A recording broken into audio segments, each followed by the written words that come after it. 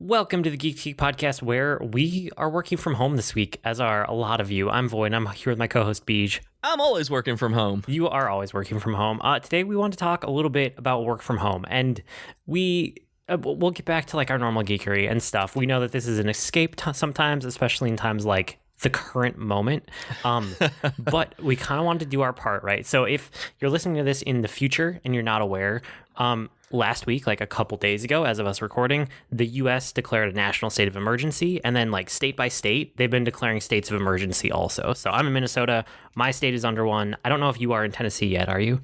Or in Alabama? Alabama. Sorry. No, we have not declared a statewide state of emergency. I doubt we will. Even my town isn't doing it. Like, they're being kind of useless right now. Yeah, it's interesting to see, but that's all politics. We're not going to get too far into that. Right. But anyway, nationally, state of emergency for everyone in the U.S., and then around the world, there's a pandemic. Again, I'm saying this because if you're listening to it in the moment, you know this, but if you're listening to this in the far future, that's where we're at this week, is like the global pandemic is finally affecting Western countries in a really big way. So suddenly it's top of mind, even though it's been in China for a while now. So again, we wanted to kind of do our part just a little bit here and talk a little bit about working from home, because between you and I, you've been working from home for a couple of years and you still are right now. And then I spent like 3 or 4 years working from home when I was a freelancer. Yeah. So you actually have a lot more experience being at home, like overall, than I do so far. It's just mine is current doing it. And I guess yours is current now too. Yeah. I'm back here. Here we are again. I did a little bit of work from home here and there at my current job, but now our whole front office is remote. So it's a big change for everybody this week. It's been interesting. So we just want to get into some tips and tricks on working from home, and then we'll do some geekery like we normally do. And again, this isn't like one cohesive topic where one thing flows into another, but we have a bunch of things that we've learned. So we just wanted to kind of run through the list basically, right? Yeah, because doing this, if you've never done it and never really considered it, it is a lot. Like, it is a lot more than waking up, sitting on your couch with a laptop. And if that's what you think working from home is, you're like me and most other people, where it is so much more than that. Like, it's still work, and it's hard to get into that mindset that you actually have to do a job while you're here. So it takes a very specific mental shift, and that's kind of what we want to talk about, because sometimes it can take a long time, and y'all don't have a long time. Yeah, and it's kind of funny because a lot of these are things that you basically said, hey, go find the list that you sent me, like when you had started working, and we'll start there. So that's what I did. I was like, oh yeah, what did I tell BJ when he started working from home? So I think one of the number one, I'm going to talk with, here are my top 2, basically. We're going to start with the top 2 things that I think everyone should know. One is to separate your workspace and your home space. And again, this is very dependent on how much space you have, but you have to find, even if you can't find like a separate space for both, you need some kind of thing that like visually or spatially separates work from home. And it might just be the way that you have your monitors configured. It could be like what keyboard you use, or like what programs you have open on your laptop. If you do have the space, what I've always found works the best is if you can literally have like a work desk and like a home desk. Right. But something, you got to do something to separate work and home from one another, because it's so key. Because if you don't do this, then your work life will bleed into your home life will bleed into work. It's like you will never feel like you're done working from the day, and that gets so stressful over time. And it gets really oppressive at times. Like, right now, I'm on an L-shaped desk in my home office. Like, this is the room that I use. I use this I have a closet of clothes and I work in here. Like, that is it. And so what's really hard for me, though, is that because on this desk, I have a PC on one end and my Mac and a monitor on there. So I have the laptop and a monitor and then a PC with 2 monitors. So I'm surrounded by screens here. The PC is my gaming PC, though. And so I use it as a work computer as well. But when I absolutely have to get work done, when I'm in full work mode, I've got to get X, Y, or Z done without any distraction, I'm on the laptop, because there is nothing personal on there. Like it is for podcasting, I guess, and for work. Like it is project based. But when I'm on my gaming PC, just right beside it even, I'm generally more distracted because I have Steam and the Epic launcher and Final Fantasy 14 and all of that stuff on there, and I may have one of my monitors taken up with it, just tabbed out. Also, like you're talking about having that space, like after being in here day after day after day after day, I sometimes, or right now specifically, I don't want to be in here after work hours. Like once I'm done working, I probably am not going to be playing a PC game. That's one of the reasons I've bounced off PC games lately, is because if I spend one more hour in this room, I might lose my mind. Yeah. So it's like being in your office at work. It's like you want to go home, and that's the way I am. It's like I want to go home from this room. Yeah, no, exactly. And, I've always tried to keep two separate workspaces. So right now I have like my office is not a full office. It's like a corner of one of the rooms upstairs, but this is what I've declared as my office space. And this is where I have my work laptop. I have an external monitor, and I'm set up this is also where I podcast record. So basically like being productive, doing work type things. My gaming PC, which is also my home PC, which is also my media server, that's downstairs on like literally the opposite corner of the house. So if I'm on that computer, I don't feel like I'm in work mode at all, and I'm not even tempted to look at work stuff. And even when I was in the townhouse, when we had like 1/3 of the space that we do right now, I still did this. My gaming and home and media server PC, that main PC, that was downstairs, and my work stuff was crammed into one corner of our master bedroom, which was like a very tight corner, and it probably didn't belong there, but I had to have a specific space for it, and that made all the difference in my day. And then, like you said, that leads right into my point number 2, which you already kind of touched on. When you are done for the day, be done for the day. And it's one of those things where it's like, yes, you got to hit your deadlines. Yes, you have to do things during the day and get work done. But as long as you've hit your deadlines and you've gotten things done for the day that need to be done, you have to disconnect. And it's so much harder when being connected and being disconnected are both in your house, because it's this mental shift that you have to make. Mm-hmm. But there are things that are exceptions. Like me, I'm in management. I never get to disconnect whether or not I'm in the office. This is true working from home or working remote. But for most people, work your normal hours, hit your deadlines, and then be done for the day and step away from your computer and don't look at it until the next day when you like sit down to do more work. Yeah, I mean, and there are going to be exceptions to this. Every job has exceptions. I had to hit a deadline last Friday where I absolutely had to get an article done. And even though I cut myself off at 5 p.m. pretty much every single day, no matter what, I was working late to make sure that I hit a deadline for publication over the weekend. That's going to happen to every single person at some point. It's the same as you having to stay late in the office just to make sure that you get the work done.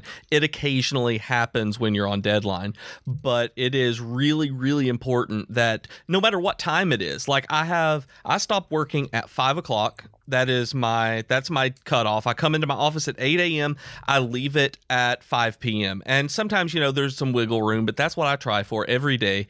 And I keep Slack open until 7 p.m. that I keep Slack on my phone. I'll put do not disturb, and it starts at 7 p.m.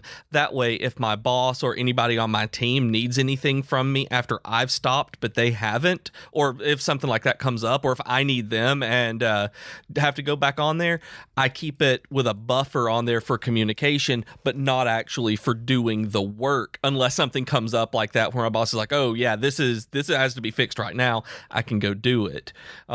Going back to the workspace just very briefly, it's hard for some people like y'all right now, maybe not have a space like you had mentioned in the townhouse where it's like you have to do it.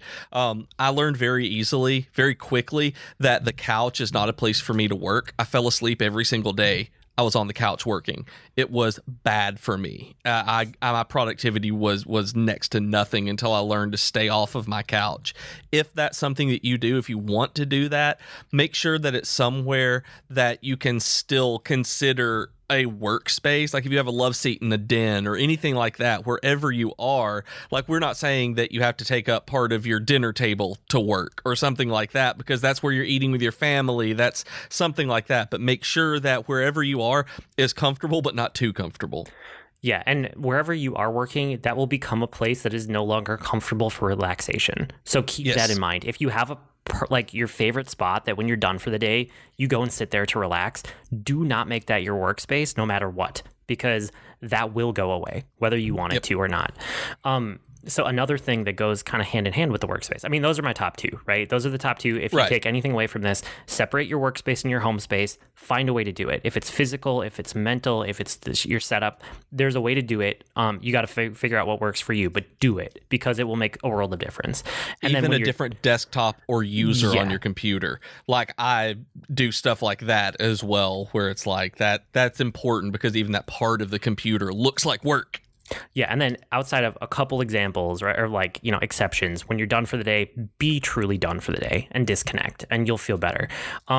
So getting into a couple of the other tips and stuff that we've picked up, take breaks from your workspace. This is one of those things where you don't realize in an office how much you get interrupted until you start working from home, because you will suddenly have all of this time that's uninterrupted time where you can be super productive. And it's really good in one way because you can be way more productive at home than you can in an office if you're, focusing the way that you should be. But because you don't get these organic interruptions, you can also wear yourself out in a way that you don't get worn out in an office. It's all of those like casual chats, or someone stops by to ask you a quick question, or you take a trip to the water cooler, or, you go to the fridge to get something, things like that just happen through your workday. They don't happen in the same way at home. So no, even the trips to the bathroom are going to be different because you probably have to go longer from your desk, like a physically longer trip to the bathroom when you're at work than you do. Like the bathroom is literally 6 feet away from my desk right here. It's like I'm not traveling to go do that. Maybe see somebody on the way, have, like you said, those chats that just kind of happen.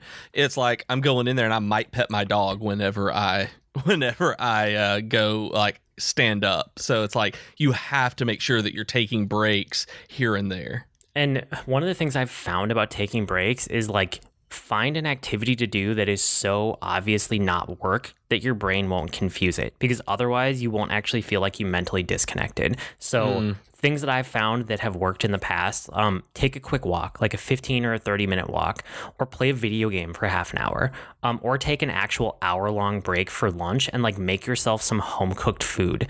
One of the things that I know that you talked about was like some time with your pets, to just like, you're only doing pet time, right? I honestly have floor time with my dog. That every day she'll be sleeping in the corner of my office or something. I look over and I will get down in the floor and hug my dog for a few minutes, just because it's like that makes me feel better. I'm like, oh yeah, now I'm cuddled kind of thing. It's like it's a relief from sitting at the computer writing all day. It's just something really truly nice that is a legit break, even if it's in that space. Yeah, and there's almost a flip side of this where make sure you take time to do things that are definitely not work, that are away from your computer, but you can also do work away from your computer that's thinking work. And this is something that I think I told you early on when you started working. You did. And I always think about it as like going for a walk, or I know for you it was more running than walking, right? Yeah, it was, but it's like those are meditative times where if you're stuck, if you need to work something out, that's still work time. If you go take a walk around the block or a couple of miles run, your brain is working out that problem subconsciously or even actively as you're thinking about it. And this is one of those things where I figured this out being a developer working from home when I was my own business. There would be problems where it was before I really learned how to work at home. But there would be a problem I would get stuck on from like a developmental perspective in coding. And I could sit there for 3 or 4 hours and like bash my brain against it sitting in front of a computer like you would be forced to in an office.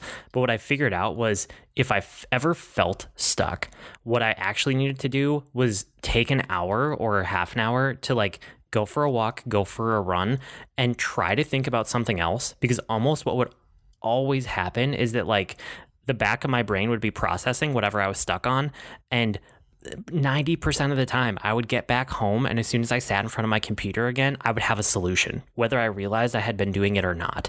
I can't tell you how many times that happened to me. And once you told me that, I really took advantage of it. Sometimes when I'm sitting there, you'll be looking at an article or you're writing a tutorial, and it's just like, how do I structure this? How do I work on this? It's like nothing I'm writing is quality. This is all garbage. And so I would just get up and stop. I would go out and walk around. I would mow the yard sometimes, which is very rare. I would go for a run, most likely. And when I came back, I was like, okay, now I can write this. I've got this idea in my head, or, just coming back and having that distance, it looked different. Yeah, absolutely. And it kind of, one of the other things, and it ties into this a little bit, is that you need to understand that people aren't watching you as closely as you think they are. This is a trap you can get yourself into where, like you feel like, oh, we have a work Slack. I need to have my icon always be green and always be available in work Slack. Or if I'm not responding to an email in 5 minutes, people are going to get on my case. And that's just not true. That's not how anybody works. If you work for a company that's watching you like that, you should be working at a different company. That's just like, it's not how anybody thinks in the real world, because they're too busy worrying about their own job and what they're doing during the day. They're not tracking you that close. So as long as you're responding to people in an hour or less, you're typically doing just fine. And that's something that I feel like a lot of people who are new to working from home really need to hear, that like you don't have to respond within a minute or 5 minutes or even 15. Like 60 minutes is kind of what you typically want to aim for. As long as you're responding in that amount of time, nobody's going to give you any trouble about it. And this is especially true if you guys are swapping to Slack or something like that, Slack or Discord or Microsoft Teams, Google Hangouts, whatever it is that you're using as you transition into homework here, remote work. Those are, while they are immediate chat systems, they're team chats, they are not synchronous. They're not like you're on a phone call. They're messaging you, and they know that you may not be looking at it right then. And so taking the time for an hour or less is fine. There have been times where I've taken right at an hour before I even saw a message from my boss. As soon as I responded, I would wait 10 minutes and get one back from him because it wasn't pressing. If they need you, they will call you. And that is one thing I learned very early on doing this, is when something was really pressing, that my boss would call me. Otherwise, I'm not going to worry about getting back immediately, like within a minute. Whenever I see a message, you have time to think about this stuff and formulate the right response. And if you're using email, the response time generally is expected to be a little longer. That Slack and team chats and things like that are quicker forms of communication, and especially like my team doesn't use email at all. Like my entire company has email for external communication. That the only time somebody emails me at my work email is someone who is not on my work team. And when I do get emails, when I did work with emails and things like that, I've talked to people like this, it might be a day before you get back to an email. Sometimes people don't check their email more than twice a day. So if you do check your email all the time, don't stress out about it, especially if you're working from home. Your schedule has changed here. Your priorities and the way you work has changed. So you have to look at these tools as being what they are, as opposed to what you assume that they're going to be. Yeah, very true. And I mean, this goes with like all these different forms of communication. I also wanted to highlight, like, don't be afraid of a phone call. And casual chats are not happening in the same way when you're remote, and especially if everybody on your team is suddenly remote. But don't forget that like those things in the office where you could just walk over to somebody and you could solve a problem in like 5 minutes just by talking, instead of sending 15 emails back and forth, that's still an option. So don't be afraid to like pick up the phone and call somebody. I mean, today we're recording. I had a work day from home today. I probably had 10 times during the day where I called someone and I had a conversation that was less than 2 minutes. But because I did that, it saved me so much time where I would have had to type out an email or ask for a response in Slack. And there are just some conversations that are better as a phone conversation rather than text back and forth. And you can still do that. Just don't hesitate. Like, you're in a different situation now. Sometimes you just got to pick up the phone and call. Or, I mean, even video chat. You mentioned that too, right? Yeah, we do video chat. We have a weekly meeting every Monday morning at 9 a.m. for me. We get together on Zoom and we just have a team chat. Like, we have people in Kosovo on my team. Donjeta is in Kosovo. Mac is in Birmingham, England. Phoenix, Arizona, all this stuff, like, but we get together at the exact same time and we have a video chat, and it really helps so much more than just audio because we're seeing each other, we're interacting, we're laughing and doing this, and it feels a lot more cohesive. So if you're over a team and you're just now like transitioning them into this remote work situation, really consider having a set time, even if it's just once a week, so that you can go through what your week is going to look like. Make sure that everyone is on the same page, and so that you can see each other's faces, because it's really easy to get to the point where you don't see even though you've seen them and worked with them in real life before, it's easy to forget that they're actually people on there if you're not seeing them. Yeah, and I mean, if you are a manager, one of the things that I've seen success with, if you do it the right way, is to do a daily huddle with like video chat, or even just all jump into like a Zoom meeting or something. So you're at least on voice with each other instead of via text all the time. Because like you said, people can feel less alone that way. And it doesn't have to be super formal. If you do it right, it can literally be 10 to 15 minutes. Just, what are you working on today? What are your priorities? Anything new going on? Let's talk for a couple minutes. Okay, everybody break and go do your thing. Yep. And that's something that I've never had to do with my teams, but I've been on teams where we did that in person, and I've seen other people do it successfully remotely. So if we end up in a situation where it's more than a week or two, I'm probably going to institute that for my entire team. Just jump on a Zoom call or something, right away in the morning. 15 minutes. How's everyone doing? What are you focused on today? Okay, let's all go do it. Yeah, exactly. And the best way to approach this is, especially if you're a manager, it has been my experience from my manager to approach it like, hey, you got time for a quick call? That's the kind of thing that he'll say to me when it is something very casual, like almost word for word, hey, you got time for a quick call? That means that, we have something to talk about that will be easier than texting it out on Slack.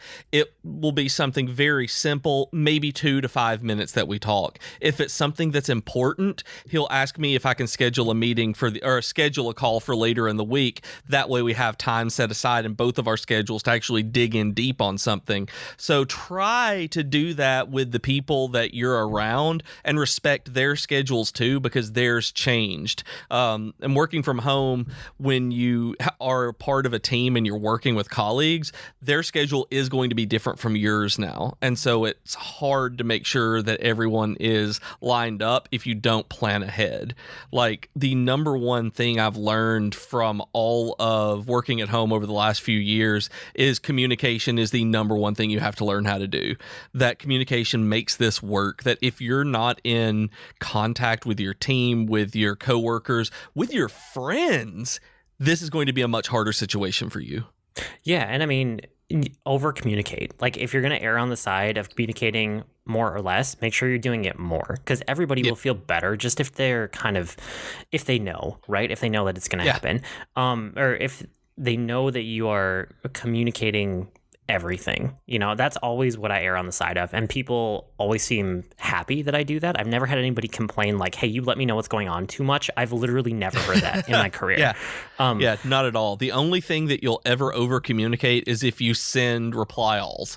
Like, do not reply all to the entire company, reply all to your team. This is why Slack channels help a lot, because you're not bothering every single person with what's important to a small number of people. Yeah, and like we said, talk on your work Slack, but also not just your work Slack. Like, there's so many Slack groups out there. If this is your first time getting your head around Slack, as soon as you feel comfortable in there, jump into other Slack or Discord or Twitter channels and just talk to your friends, right? Talk throughout the day.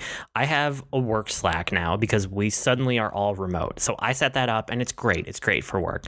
But before I ever did that, I have 2 other Slacks that I keep open all day, every day, whether I'm in the office or not, because it lets me communicate with friends and with people I like. One is just like a dedicated friend group Slack. And then one of them is our Geek Media Slack, which we have open. And I know we say it every week, but this is the perfect time to join if you guys have never done that. If you're looking for a community where you can just post stuff and talk about geeky stuff during the day and find people to connect with, we are here and you guys can join us, because it would be fantastic to have more people in there. And I think a lot of people could use that at the moment. Yeah, it's one of those things that y'all can sign up at slack.geek2geekmedia.com or discord.geek2geekmedia.com. Those are our places. And like I keep the Slack app installed on my work laptop where I can see multiple Slacks in one app as it's installed, but on my desktop PC I keep them open in browser tabs, so you don't have to install anything to do this. Just like you would keep Twitter up in a tab on your browser, you can do that with individual Slack servers and Discord servers. So, and Discord actually keeps all of your Discords in one browser tab, so you can just keep up with everything. This is a lifeline. I've gone for years up until probably 2 months ago that the only real socialization that I would have would be my friends online within Twitter, Slack, and Discord. And I finally realized I actually need like physical real life interaction with people, but this has really helped me during the day not feel completely alone. And if this is your first time doing this, loneliness is one of the hardest parts about working remotely. And this is where I am truly inviting you to come talk to us, to come be friends, just hang out with it in a different tab, because then you can, go over and realize that we're arguing about Pop-Tarts again, whether they're a sandwich. Yeah, it's the important things like that. Exactly. Yeah, and exactly. That's what keeps you sane. It is. It keeps you sane. And the other thing that I wanted to mention here is, and you don't have to do this if you feel overwhelmed, if you have like enough stuff that we just put in front of you, that's great. But I wanted to throw it out there because something else that I found is that working from home is a really, really good time to form new habits because your entire schedule has been thrown off anyway. So if there's anything that you've put off doing, like I want to exercise half an hour every day, I want to do whatever, now is the perfect time to do it. Because your schedule is going to be in disarray, but at the same time, you are kind of setting your own schedule in certain ways that you weren't able to if you're stuck in an office. Yep. So just as an example, I tried tons of different eating schedules until I landed on intermittent fasting, and I would not have been able to try them and try all these different like approaches to eating and food if I had not been working from home for a couple years as a freelancer. And I still do that now because I have my head around it, but having that freedom of like, I have access to all the food in my house, I can eat whenever I want, like I don't have to do what's like corporately structured or anything like that. That's what let me do that essentially. And it's very easy to do that with exercise as well, because one thing that I do that you also suggested to me was make sure that I took a lunch break, that not just cutting it off in the evening that I'm done with work, but also that you take weekends and lunch breaks as well, that you have to have this time off of work just like you would otherwise. So when you take that lunch break or take that whatever break, I would use that for running. Like I might eat a sandwich at my desk for lunch, but then I would take the time in the afternoon where during that slump, I would absolutely go for a run. And then I would be able to come back and do something like that. Or that would be the last bit. I'd finish work early and then go for a run and come back. Like it really, that flexibility helped me get that kind of exercise in. Yeah, I mean, it's easier to sneak exercise into your day. It's also a lot easier to sneak healthy eating into your day because don't forget, you suddenly have all of your food and your entire kitchen open to you at any time of day. So you can actually make yourself like a really good breakfast or a really good lunch or whatever works for your particular schedule. And it can be healthy and it can be fresh and it can be hot food. You don't have to make all those compromises that you do if you're taking food into an office that make you eventually go, oh, I'm just going to order takeout because I can't eat this again. So those are all options to keep in mind. But yeah, overall, there's a lot of tips. Hopefully some of those help you. Again, I'm going to go back to what I started with. If you only take away one or two things, number one, separate your home space and your workspace. Find somehow to do it physically or mentally. Either one is fine, but figure out how to do it for yourself that works. And then number two is when you're done for the day, truly be done for the day and disconnect because it will save your sanity. Absolutely. Like those are the most important. And also I think a close third is keeping in touch with people. Don't isolate yourself, even though you may be quarantined. Like just because you're quarantined, just because we're distancing and keeping away from people socially, we still have to have each other. And that's where online communities like ours help. There are plenty of others as well, but reach out to people and just, share memes, talk to people, play video games together, get together and play Overwatch or Final Fantasy 14 or Fortnite or whatever it is that you do that as well. Yeah, for sure. Okay, we'll do a little bit of geekery here, but before we do that, don't forget you can support the podcast at patreon.com/geek2geekcast. And we have a whole network that you guys can explore. We have podcasts, we have streamers, we have a ton of content these days on the Geekery blog, which is awesome to see. There's a lot more like reviews and impressions and walkthroughs and a lot of cool stuff there these days. And then outside of that, you said that there's also a contest going on at the moment, right? Yes, Capsule J is holding a Geek to Geek esports tournament with Smash Brothers Ultimate while everyone is quarantined here. While we can't get together and do anything, we might as well get together and do it online. This is going to be a one-on-one tournament with player-determined scheduling. It's the same structure as the other esports tournaments that we've done for fun. This is a, quote, for fun rule set of Smash Brothers Ultimate, so you know what that means if you're a Smash Bros player. Apparently it is items and stage hazards on. I don't know what this personally means, but I'm sure you do. It's going to keep it casual. Registration opens today. Registration opened yesterday as of this recording, so Monday. If you're listening to this, the matches start Friday. That will be March something or other. That Perfect. will be well said. Yes, that will be around March 20th. So if you're listening to this when it's brand new, it's Friday. You can do that. It's all free. There's a link in the description of this video, not this video. There's a link in the podcast show notes here that you can click on for the challenge link. Just make sure that you do that if you want to play with us. It's super fun. There is an esports channel on Discord where we talk about stuff like this.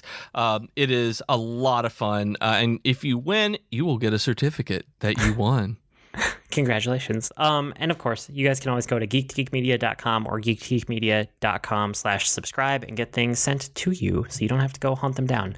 Okay, with all that said, time for Weekly Geekery, where we share what we've been geeking out about this week. What do you have this week? Honestly, most of what I've done is Final Fantasy 14.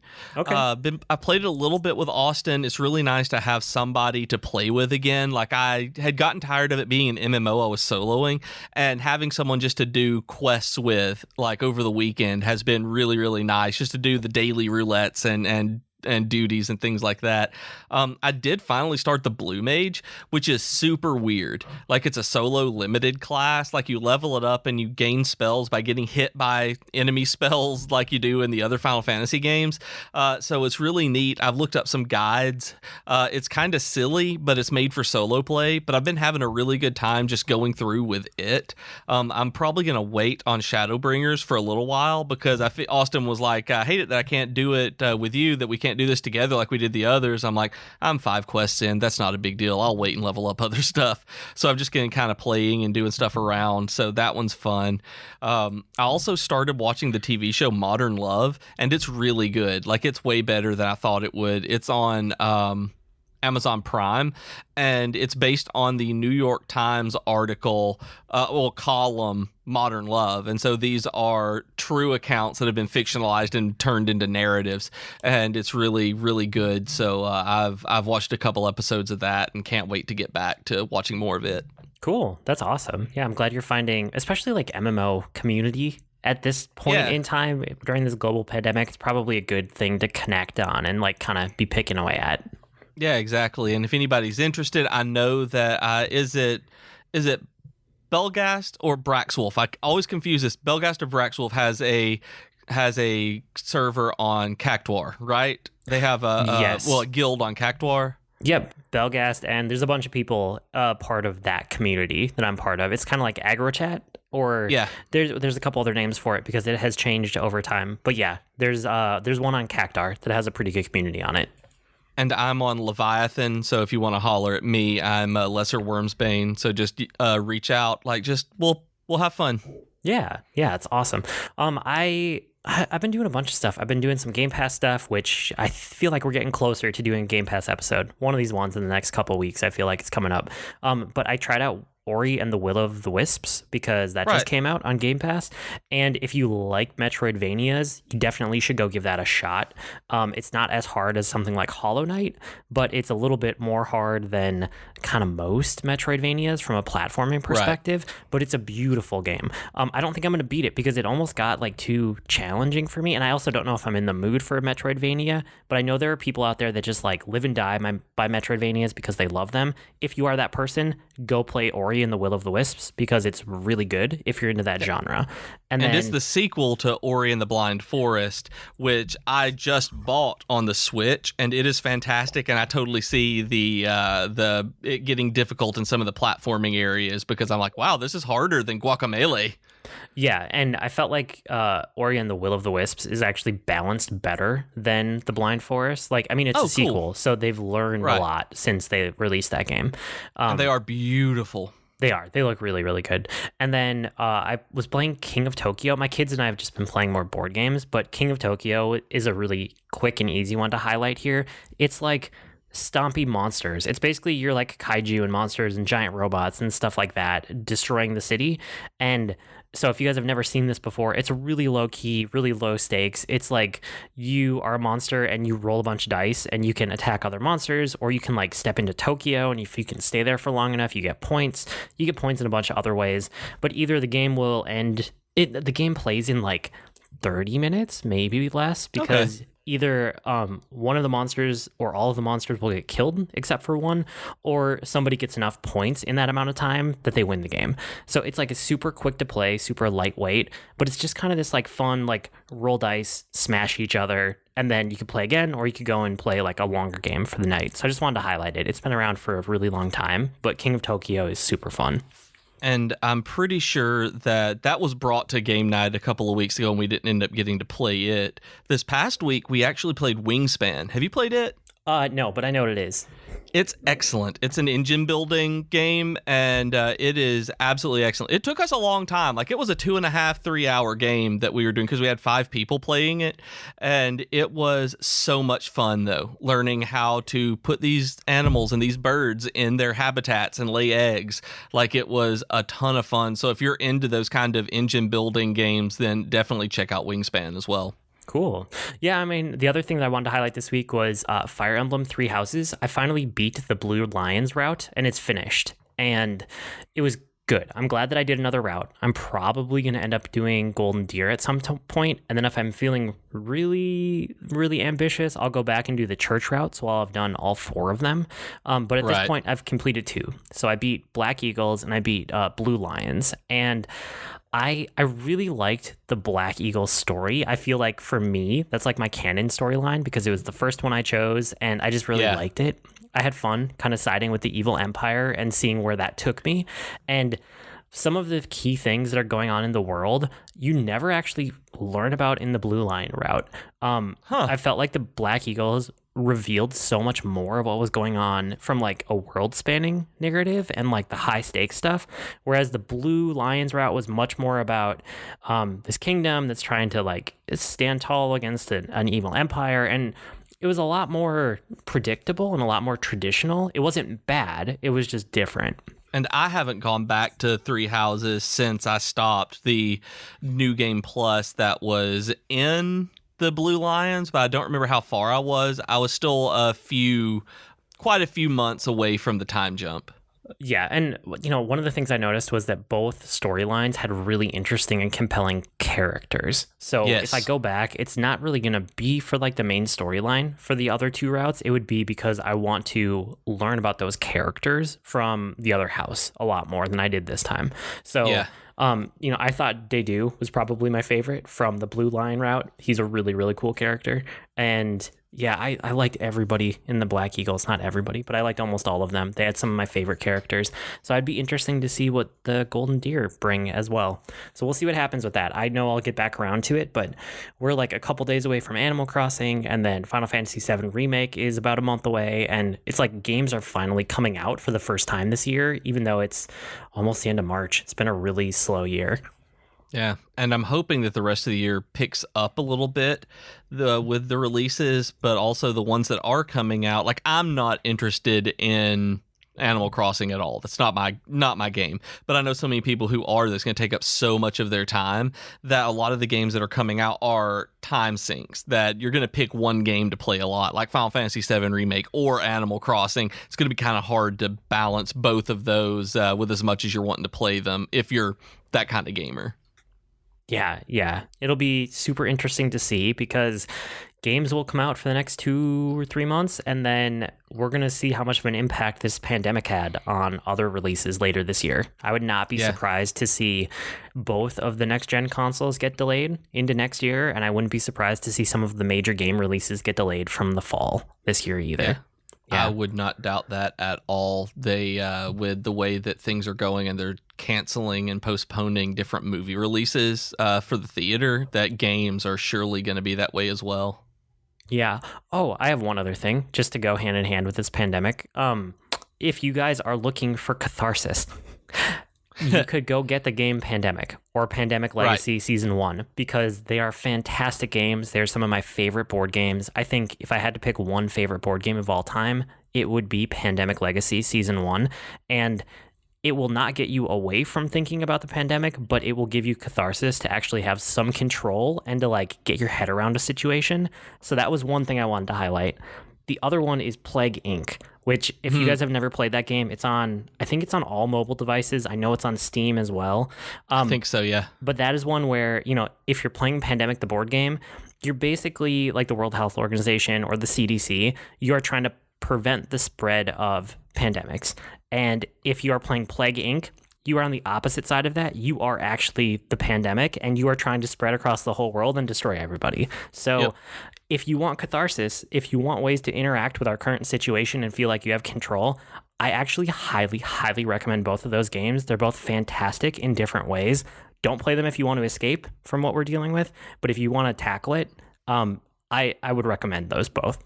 Yeah, for sure. I brought Pandemic to game night last week, and we didn't end up playing it. We played Wingspan instead, but it was one of those that I couldn't resist bringing just because it was like, wow, all right, let's lean in.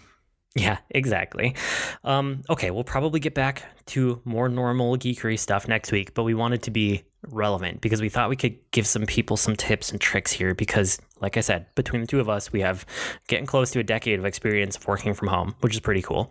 But yeah, if you guys have any questions about any of this, feel free to hit us up. And of course, you can always get us with questions, comments, suggestions, feedback, all that kind of stuff. Our email address is geek2geekcast@gmail.com or reach us on Twitter @geek2geekcast. We have great discussions also on Slack and Reddit and Discord, so make sure that you hit us up on those. You can go to geek2geekmedia.com for invite links, and while you're there, you might as well read all of the other content that we've got, video game reviews, impressions, different things like that. It's really good stuff. And what is the specific Slack link if people want to jump in there? It is slack.geek2geekmedia.com and discord.geek2geekmedia.com. Perfect. I blog at agreenmushroom.com. You can find me at grnmushroom. That's green mushroom without the E's on Twitter. I'm also on the Disney Forever podcast where we watch and react to different Disney movie every week. And I'm on Twitter as @Professor Beej. That's Beej with 2 E's. And you can listen to me even more on the Dragon Quest FM podcast, where we are talking a lot about Dragon Quest X these days. Awesome. We've been Void and Beej with your Geek to Geek podcast. That'll do it for this week. See you next week, geeks. Bye, guys. Stay safe.